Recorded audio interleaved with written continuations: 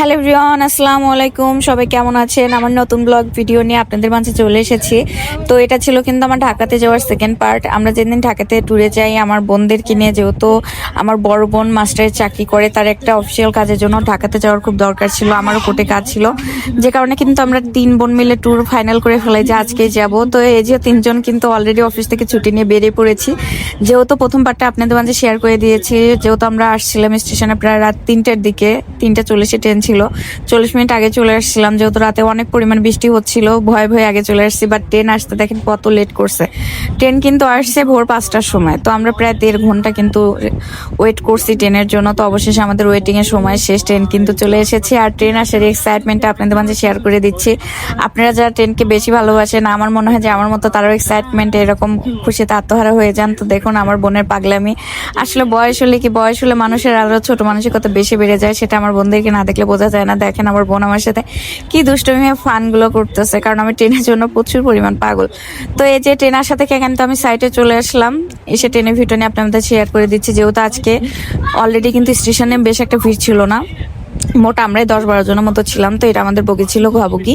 তো আমরা কিন্তু আমাদের বগিটা পেয়ে গেছি, এখন উঠবো। তো প্রতিবারই আমাদের সাথে একটা কোইন্সিডেন্ট হয়, দেখা যায় যে আমি নাটোর থেকে সিট বুক করি, ওইখানে অলমোস্ট অন্য লোকজন বসে আসে। তো আজকেও দেখি সেম অবস্থায়, দেখুন সবাই কি শান্তিতে ঘুম পাড়তেছে। বাট এখন দুঃখের বিষয়, তাদেরকে তো আমাদের তুলতে হবে, যেহেতু আমরা 4 জন ছিলাম। তো তাদের ঘুমটা নষ্ট করে কিন্তু দেখুন তাদেরকে তুলে ফেলে কিন্তু আমাদের মতো আমরা বসে গেছি। তো এই যে আমার ভাই আর আমার 2 বোনটাকে নিয়ে আমরা চলে যাচ্ছি ঢাকাতে। তো ইনশাল্লাহ ঢাকাতে যে বাদ বাকি ব্লগ হবে। তো ট্রেনে উঠে কিন্তু আমি সর্বপ্রথম আগে হাত মুখ ধুয়ে নিয়েছি, যেহেতু আমার এসিতে উঠলে আনকমফোর্টেবল ফিল হয় প্রচুর, যেহেতু আমার মাইগ্রেনের সমস্যা আছে, প্রচুর মাথা ব্যথা করে। তো আমি কিন্তু হাত মুখ ফ্রেশ হয়ে কিন্তু ট্রেনেতে বসে পড়েছি আমার গন্তব্য সিটে।